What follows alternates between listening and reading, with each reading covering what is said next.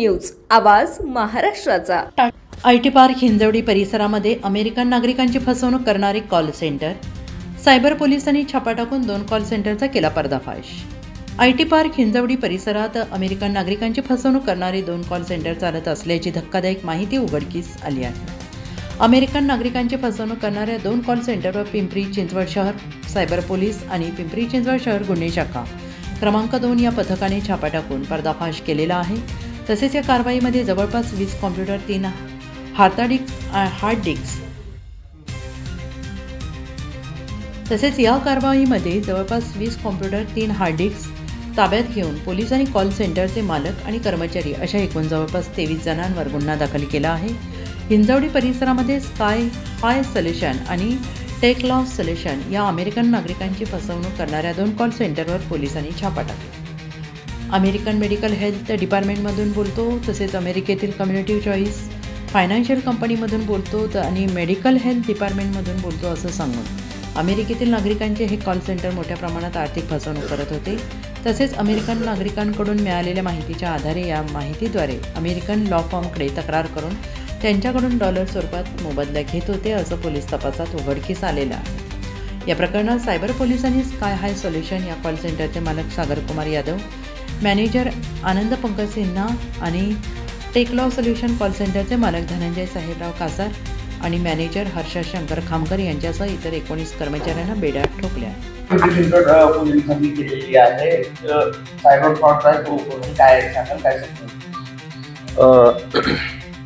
याच्यामध्ये बनावट call centres च्या माध्यमातून एकतर नागरिकांची फसवणूक होत आहे अशी गोपनीय माहिती सायबर पोलीस स्टेशनने या ठिकाणी प्राप्त झाली होती। त्याच्या अनुषंगाने खात्री करता आमच्या पथकाने मान्य पोलीस आयुक्त साहेब श्री विनय कुमार चौबे सर यांच्या मार्गदर्शनाखाली आपण त्या दोन्ही ठिकाणी छापा घेतला।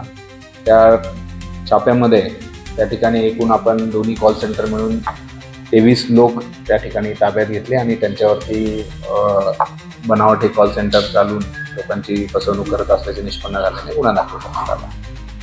त्यामध्ये मूळतः फसवणुकीचे ते पद्धत अशी होती की अमेरिकन नागरिकांना एका त्या ठिकाणच्या फायनान्शियल कंपनीमधून बोलत असल्याचे भासवून म्हणजे लोन सँक्शन करून देतो, त्यांचा क्रेडिट स्कोर जो आहे त्यांचा तो खराब आहे आणि तो सुधारणा करून देण्यासाठी त्यांना आमिष दाखवून त्यांच्याकडनं जे डॉलर स्वरूपात जी रक्कम आहे ती फसवणूक करून स्वीकारण्याचा हा बेसिकली त्यांची मोडच होती। त्याच्यासोबतच काही मेडिकल हजार्डच्या संदर्भातने त्या ठिकाणची एक लॉ फर्म आहे, त्यांच्याकडनं अशा नागरिकांचा डेटा गोळा करून बनावट सूट फाईल करण्याच्या दृष्टीने कमिशन स्वरूपात देखील हे रक्कम स्वीकारत असल्याचे या तपासदारांना निष्पन्न झालं। म्हणून एकूण 23 आरोपींविरुद्ध असे एकूण 2 गुन्हे दाखल करण्यात आले। त्या ठिकाणाहून जवळजवळ 20 हार्ड डिस्क आणि काही लॅपटॉप सुद्धा जप्त करण्यात आले। पुणे तसेच पिंपरी चिंचवड आणि महाराष्ट्रातील महत्त्वाच्या आणि ताज्या बातम्या पाहण्यासाठी महाराष्ट्र 18 न्यूज चॅनलला YouTube वर सबस्क्राइब करा आणि बेल आयकॉन प्रेस करा।